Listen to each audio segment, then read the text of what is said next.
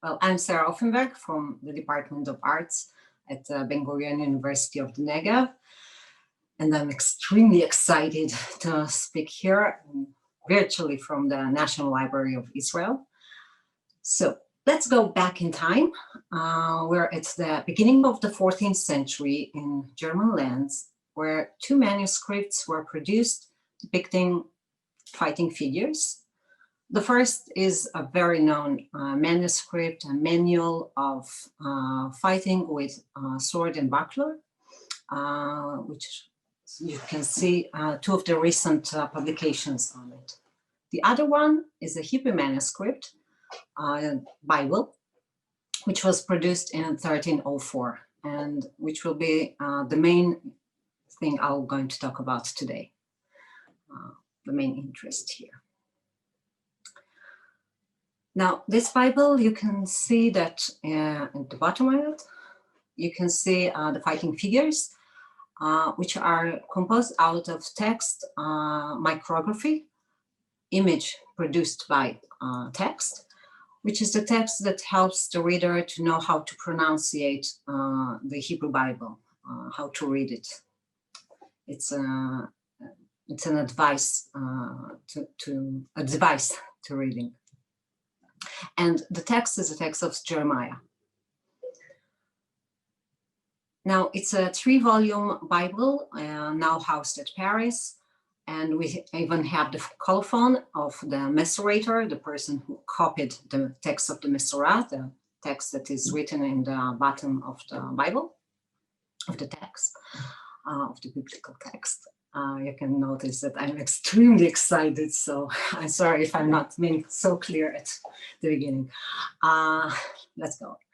And it was Schneer ben Rabbi Chaim who wrote and copied this book for Rabbi Jacob Yaakov in 1304. We should know that.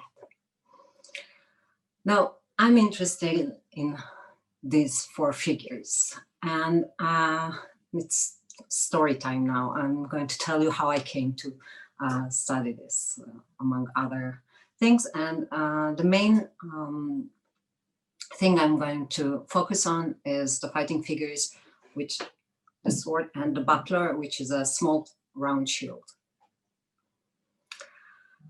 Now, I wish to demonstrate that the iconography of the Masorah Figurata, which is the text, was adapted from German fight books, which are books of instructions, usually with illustrations dealing with the fencing arts.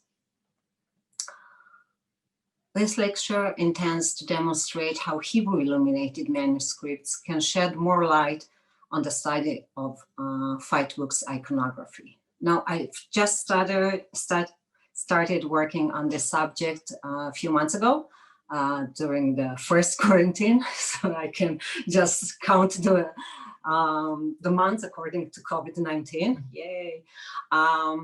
So I'm just beginning with it.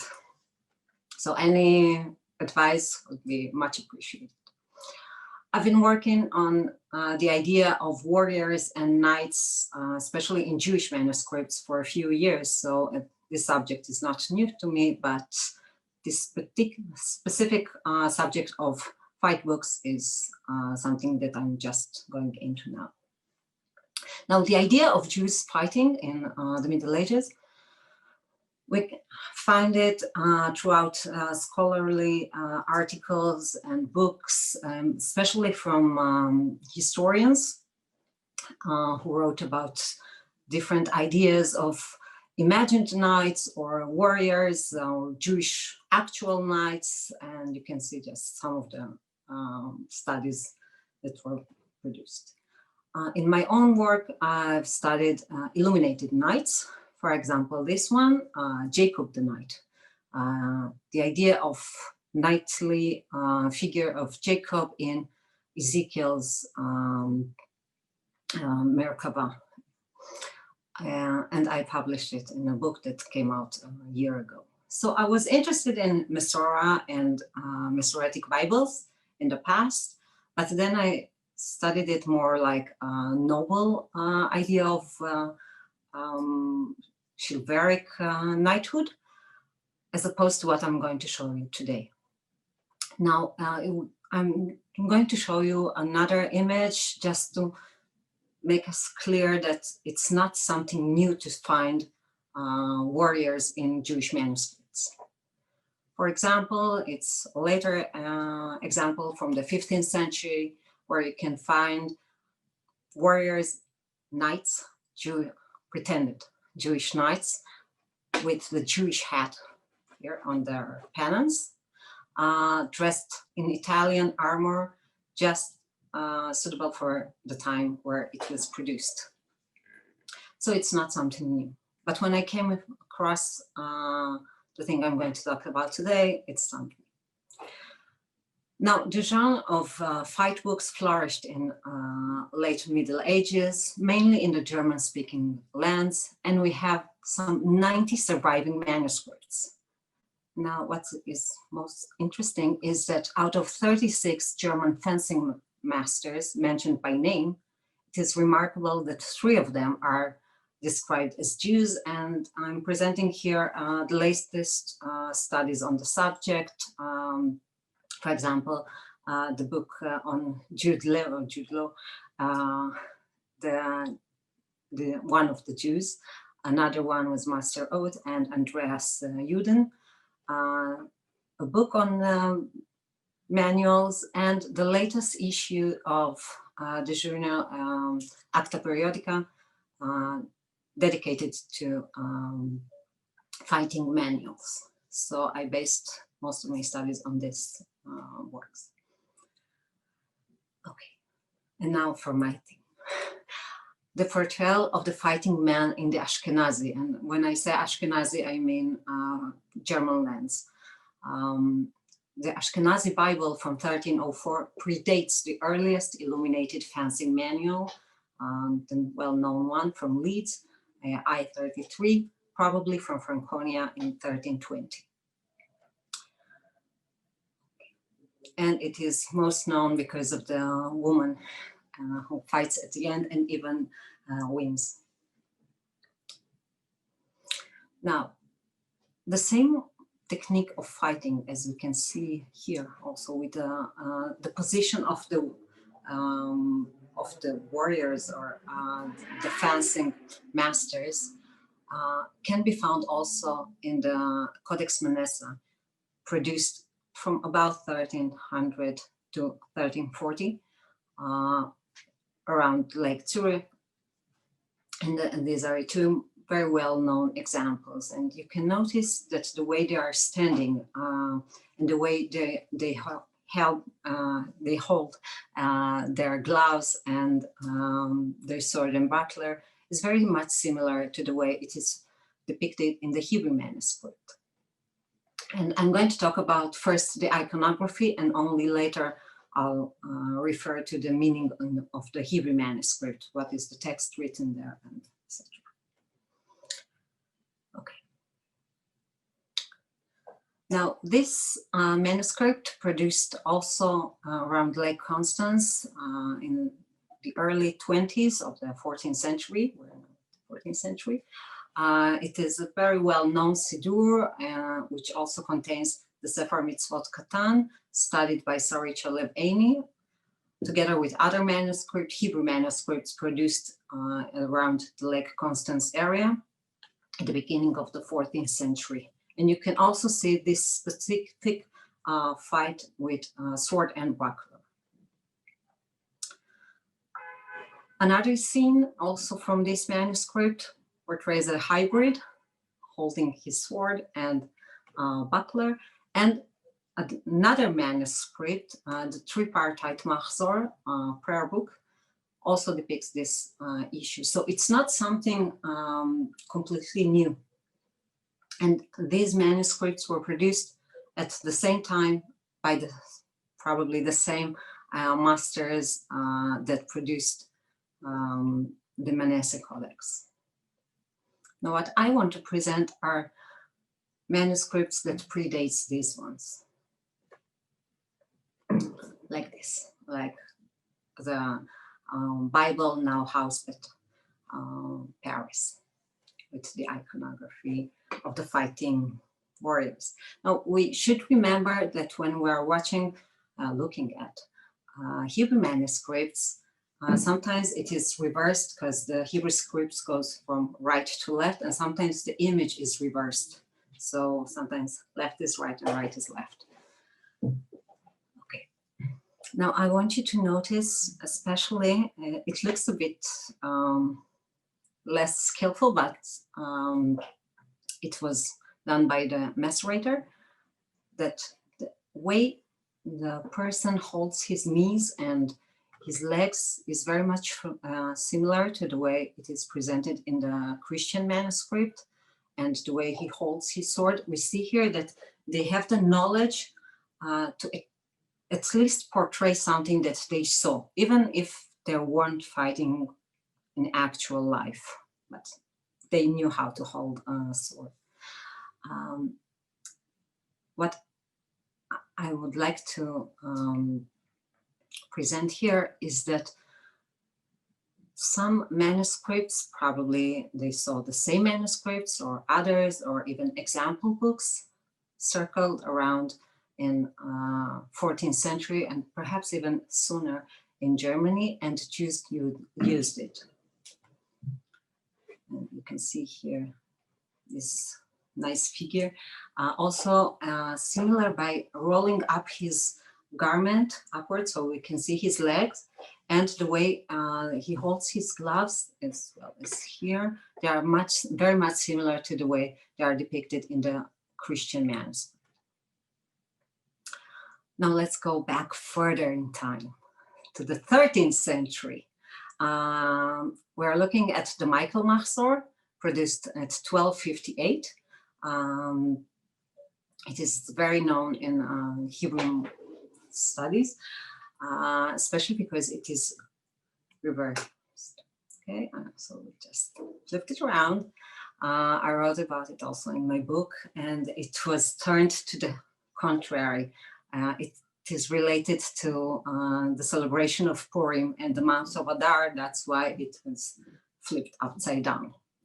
Now, I worked for it for a few years, and I wrote about the fighting figure here, and his helmet, and the way he holds his sword and everything, but I didn't pay much attention to the buckler, to the shield, and only now it came to me that, well, it's not just a fighting figure, it's a specific way of fighting.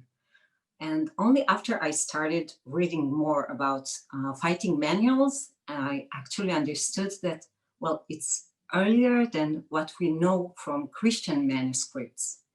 So that's what I'm presenting here. We should look at Hebrew manuscripts as well when studying fight books, especially German fight books.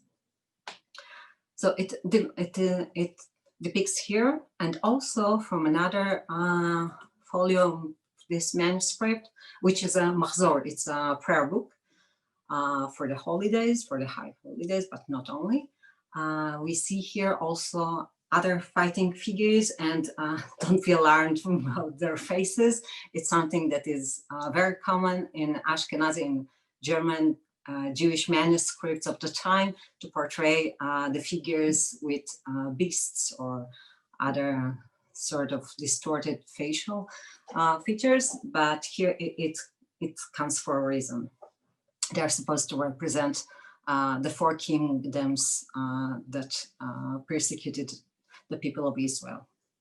So it's according to the Midrash. But for our purposes here, you can see another fight with sword and buckler. And you can see that their position is very much similar to the ones we find in later Christian fight books. It's not that Jews invented it, right? I hope you understand that. What I present here is that Jews looked at other examples, at Christian examples, and copied them. And we can look at these three, for example, from 1258, 1304, around 1304 or later, and we can see the way they present themselves with bending the knees, and anyone who is engaged with martial arts and especially fencing, even today, we know that, well, the way you stand, you have to maintain your balance. So it is very important the way the legs are positioned, and also the upper body. Okay. Another example from the same manuscript, as you can see here, if you look at the one from Leeds and the one here, the one from Oxford, the Michael Mahzor, if you just flip it around, you can see that it is almost the same position. It was just turned to the other side. So that's what I'd like to present, that we should look at Hebrew manuscripts as well. Others also, I look at them all the time. Going further back, it's just like in the movie Memento, if anybody remembers, that goes back in time. So here we do the same. We're looking at the earliest Hebrew illuminated manuscript with human figures, produced from 1236 to 1238, studied by, among others, by Eva Fromovich. And you can see here the two hybrids fighting with sword and buckler. So even in this earliest surviving Hebrew manuscript, illuminated Hebrew manuscript from Germany, you can see this sort of fight. So here, and it's from the Book of Job. Now, what does it mean when we find these figures in a Hebrew Bible? So we should read the text. And the Masoretic text, the text that adorns here, the lower part of the Bible, which is supposed to help the reader how to read the actual text of the Bible, is mostly based on Jeremiah 11, where the sword is a main part of it. I'm going to deal with them. The young men shall die by the sword, their boys and girls shall die by famine. So the idea of the sword is reflected both in the text and in the image. It's not as if the Masoretor didn't understand what he was depicting there. No, he knew that the sword meant something when the viewer looked at it. And it is repeated again and again. The verses he chose to adorn these images are based on verses reflected famine and also death, especially by the sword. Yeah, let's lighten up. Okay, so the fighting figures with swords, as the text implied, were designed to arouse fear in the hearts of the viewers as they reflect fear of the Christian neighbors. Now, what does the Christian have to do with this? You can say that here the figures, they are not knights, they are not of high nobility. We don't even know if they are Jews or not. Only by the context we can understand it, because in other figures depicted here in this manuscript, we can see the actual Jewish hat, but here this specific type of hat, it is very common in the Middle Ages for all strata of society. So there basically can be the neighbor next door or someone else, as the sword and buckler are in use by not only by the nobility, but also by common people. And that's the thing they are afraid of. The idea that a neighbor can come and be of threat to them. Now, we can see that it is depicted also in Christian manuscripts that there's a difference between higher society and knights and lower warriors with sword and buckler. And it is very known, a very known example here from England, from the 14th century. You can see here the more noble knights, as opposed to the ones that the warriors just used the sword and buckler. So there are two different strata of society. Now, the main idea that I think that is related here in this specific image is that the manuscript was produced only 6 years after the 1298 riots, known as the Rindfleisch Massacre, who killed or about 4,000 Jews were murdered during these riots. So we can find in this micrography here an echo of the pogrom's outcome, especially as the text of Jeremiah and the micrography forming verses tells of severe judgment and harsh prophecy.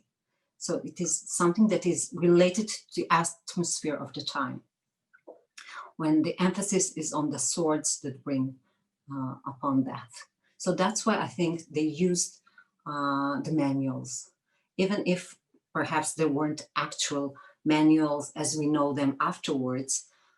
Perhaps they used some image books or something like that. But the idea that a sword and buckler that can be found on any other given house around them can arouse fear of the and on death, just as in Jeremiah, it's something that should be taken into account. Now, to end things up, if we were now in the library, I would tell you to just go outside and look at the stained glass window. But instead, I'm just going to show you a picture I took there a few years ago. Just before that, I forgot that I wanted to say that there's a main difference between the manuals and this manuscript. Also that the figures here and the Hebrew manuscript, they are not in actual combat one against each other. They are separated by the text as opposed to what we see here, okay, in the Christian manuscript. Now at the library, you can see another vision, and that of Mordechai Ardon stained glass window, which depicts Isaiah's vision of the nations shall not take up swords against the nation. So with this message, I would like to end this lecture. It was shorter than I wanted, but thank you. That's my email if you have any questions or something like that. So thanks.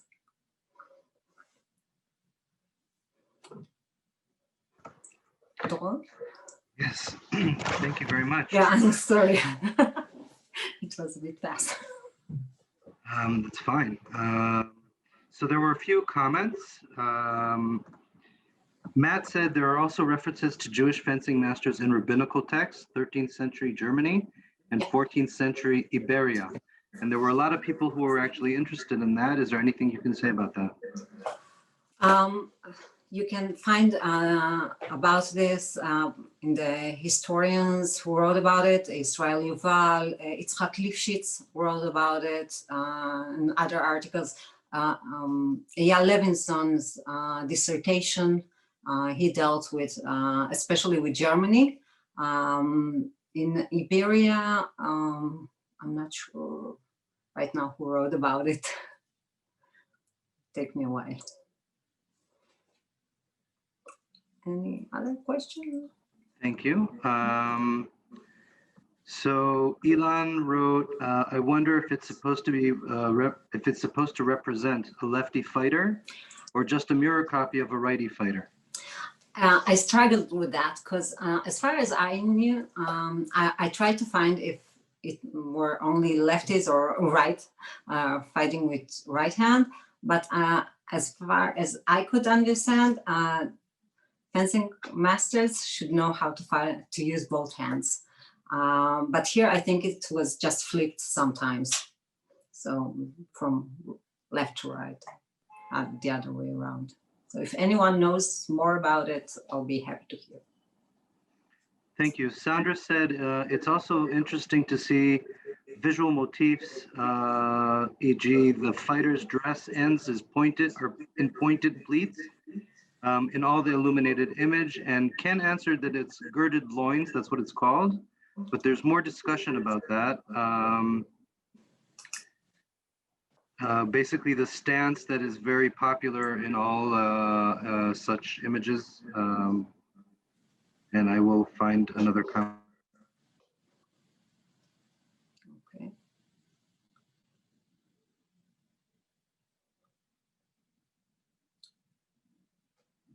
I'll just say thanks for that. Yes, I haven't mentioned that in this from the leads, there are 7 positions that are mentioned, and afterwards variants of the same position. So when studying it, you should study the different positions.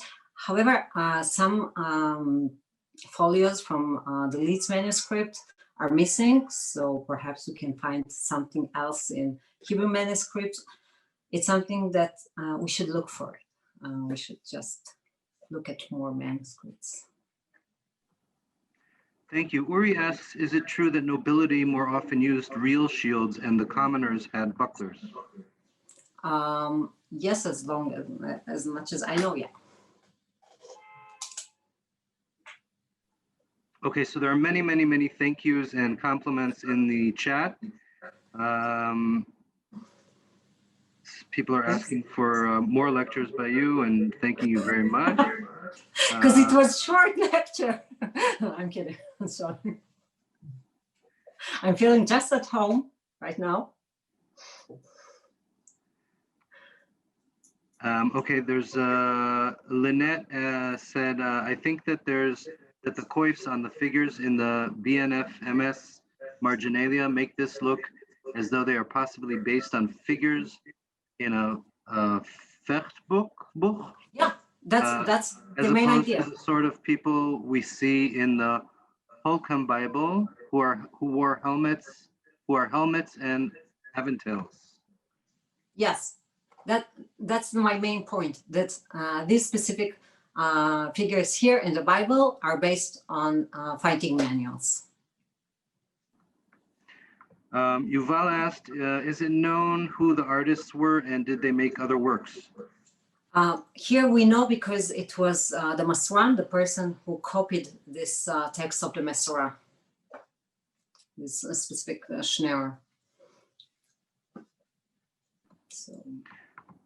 Boris asks, I notice that in the early Haggadah, one of the fighters has a helmet with a cross on the front, the 1258. What does that tell us about the relationship with Christian iconography, if anything? A cross? Where? I'm sorry, I don't see a cross, but perhaps I'm oblivion to that. I don't see it. The class says, I noticed that in some cases, the armed soldiers appear in the context of hunting. Is it correct to always see the images as in context of combat? Yeah, not always. But when we see hunt scenes in Hebrew manuscripts, it's most of the time represent the Jews being persecuted by Christians. So it's in the larger context of anti-Jewish persecution. Okay, there's just so many comments and thank yous. I think I'm just going to go ahead and open the microphone so that if anyone has any further questions or remarks or thank yous, you can do that in person. Thank you very much. We'll see you all in our next event. Please feel free to ask any more questions and you can unmute your microphones now. Shalom from Poland. I have a question. My name is Paweł Zarecki, and my question is: do you have any do you know of any sources of manuscripts from medieval Poland that would describe the subject? I wish. I don't know of any, but perhaps someone else in the audience knows, but not me. Okay. Thank you. I might have an answer for that question. Yeah, so there's a fight manuscript by an Andrzej Lignitzer, and I think Lignicia is in Poland, so you might look that up. Yes, Legnica is in Poland, but actually in medieval it was kind of German, Czech influences. As a Poland in the medieval was a little different than today. So Legnica was a kind of town that was going from Poles to Czech, from Czech to Germans, and like it has a many. It could have a more like a German influences of the whole manuscript, but I'm asking about more like Poland, like more on the east, because Legnica was the city still in the kind of German influences.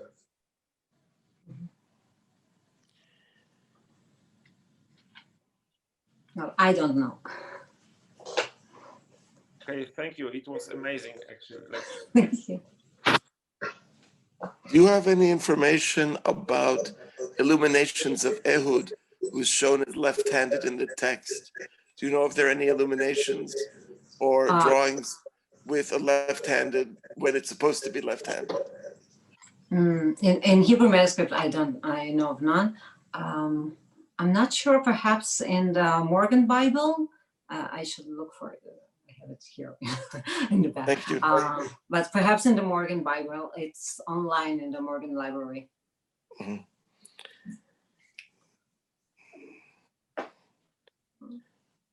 I apologize if this was covered early in the lecture, but since we know the author of the Hebrew manuscript, how did they get access, or what kind of access would they have had to the fencing manual?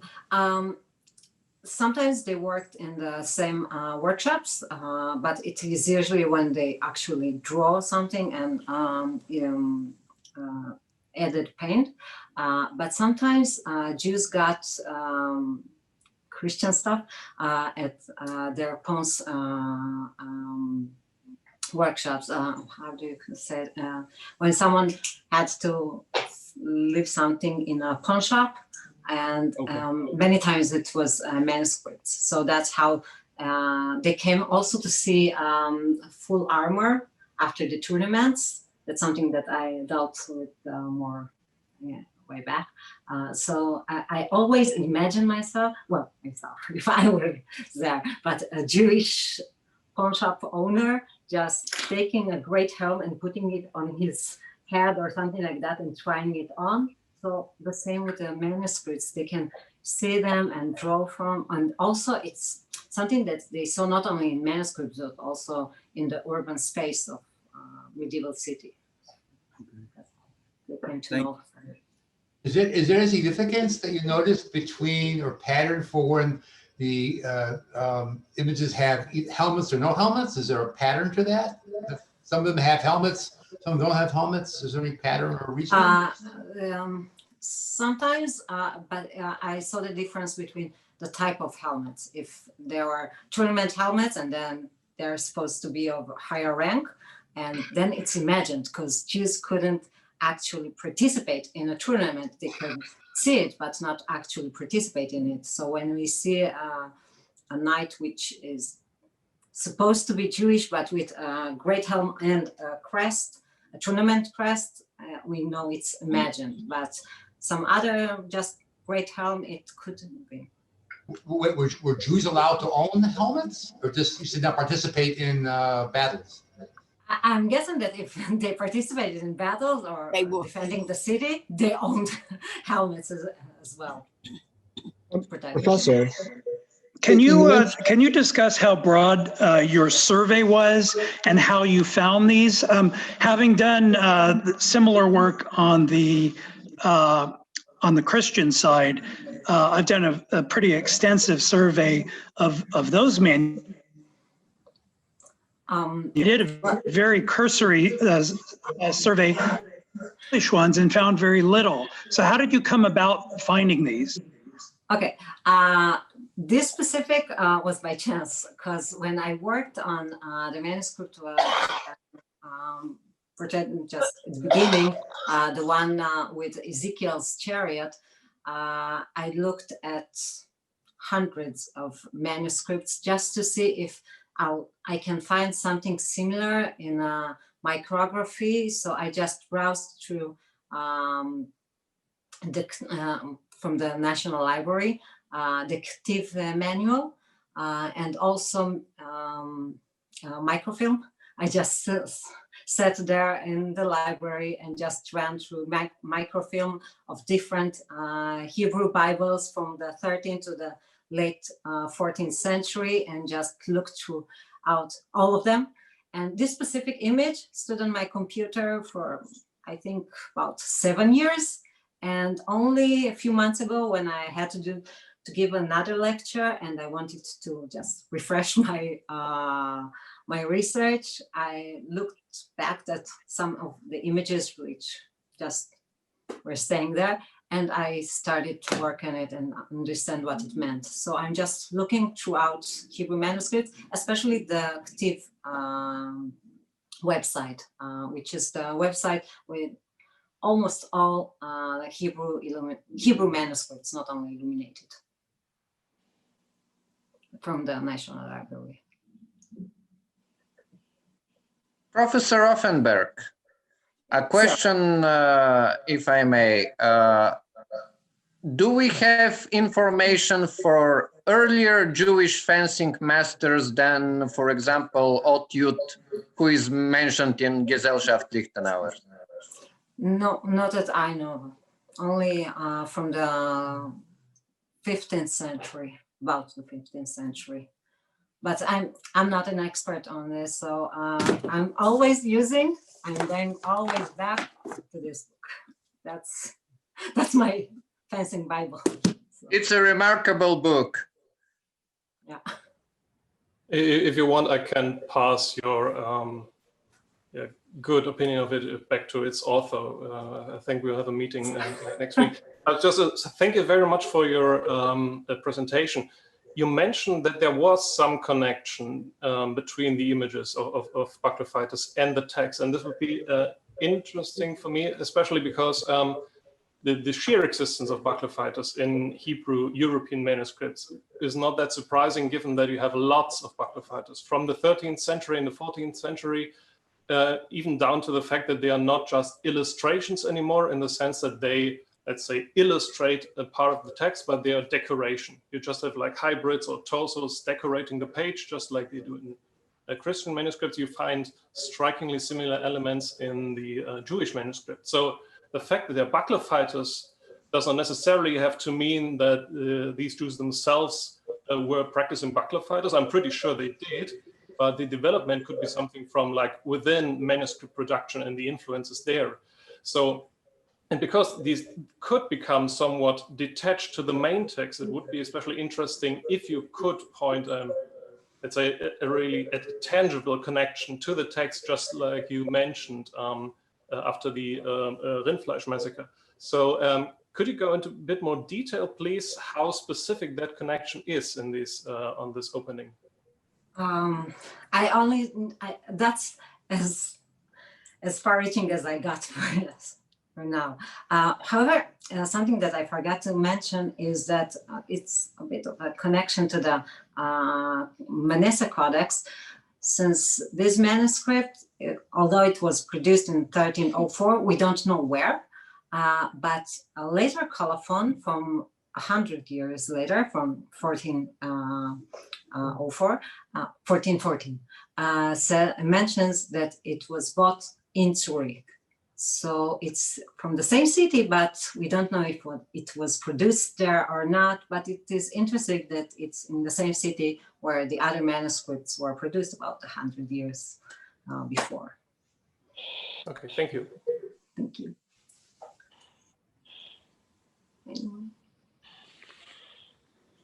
Professor Offenberg, I'm fascinated with this, and I'd like to follow up on this because this is a topic I've long been interested in. Do you have, I missed the first few minutes because of a business meeting that ran over. Do you have any books published on the subject or articles or? Yep.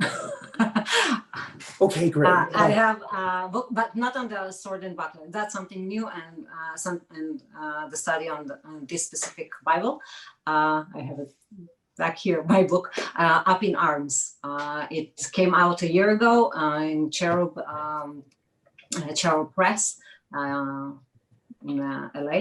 So I wrote about this, and also several articles also on Illuminated Haggadah from Catalonia, southern province.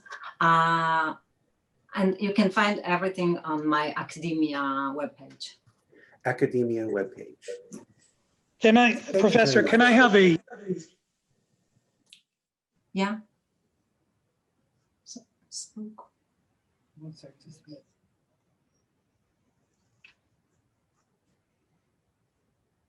Is someone speaking? I'm hearing voices. Sorry, that's my humor.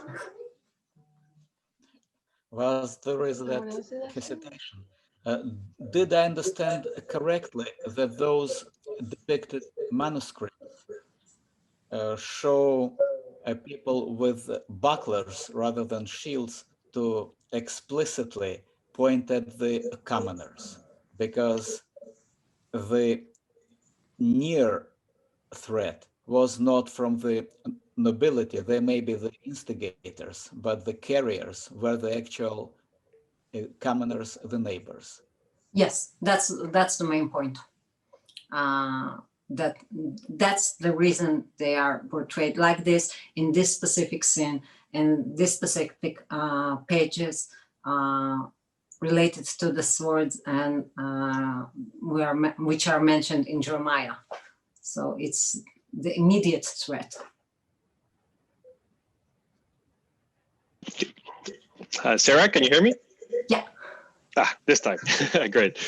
So first of all, thank you very much for sharing your wonderful findings. That was really interesting.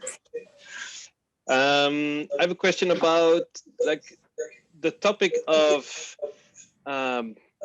Jewish fencing masters and Judaism, or the Jewish people in a martial context in medieval times. How lively is that subject carried in Israeli academics, and what can we expect next? Ooh. Well, I myself practice Aikido, so that's something else. Previously Krav Maga, but the one who actually introduced me to martial arts is Rabbi, Professor, Sensei Yitzhak Lifshitz, and he studied the aesthetics of Jewish fightings, among other things. So that's people, and of course, Eyal Levinson and Israel Yuval. And what is next? I don't know. First, I would like to go back to training. One of the questions just began with, do you have a sword? And yeah, I have one. So I don't know what's next. Professor. Practice at home. Yeah. Professor, have you seen any indications of illustrations of wrestling as opposed to fencing in these manuscripts? Of only wrestling, what comes to my mind is only from the second Nuremberg Haggadah, one of the scenes where Moses kills, he yells at two Hebrew people, two Hebrew Israelites who are fighting one another. So that's something that comes to my mind right now. It's from the 15th century. But besides that, I don't recall something like that. But perhaps I just didn't notice. But I'll look for it. I have a question. Could there could there have been books that somebody could purchase to see these examples of the knights and the fighting? I mean, I know there's some other work that I do that you could buy books with and use that as an example. I guess so, especially example books. Yeah, that's what I mean. But There were example books. That's how the iconography just went out from different manuscripts, both Hebrew and non-Hebrew Latin writers. Thank you. Fascinating subject, which I never dreamt of. Me either. Great, talk about. Isn't my research wonderful? Yeah. In my connected work at the museum, I do a lot of research. Yeah, that's great. The best job in the world. Yeah, yeah. And we do a lot of Zooming without self-teaching, well, because the museum is closed. Yeah, unfortunately. Thank you very much. Yes, thank you very, very much. Thank you. Thank you all very much once more. You are more than welcome to look us up on our website. The link is in the chat room. And we'll see you in our next events. Thank you all. Have a good night from Jerusalem. Thank you very much. And from Beersheba. Thank you. Thank you. Thank you. Bye. Many thanks. Bye. Prof. לכולם, תודה. Thank you, Professor Offenberg. תודה רבה לך. Thank you very much. Bye-bye. תודה רבה לך. תודה רבה. Thanks a lot.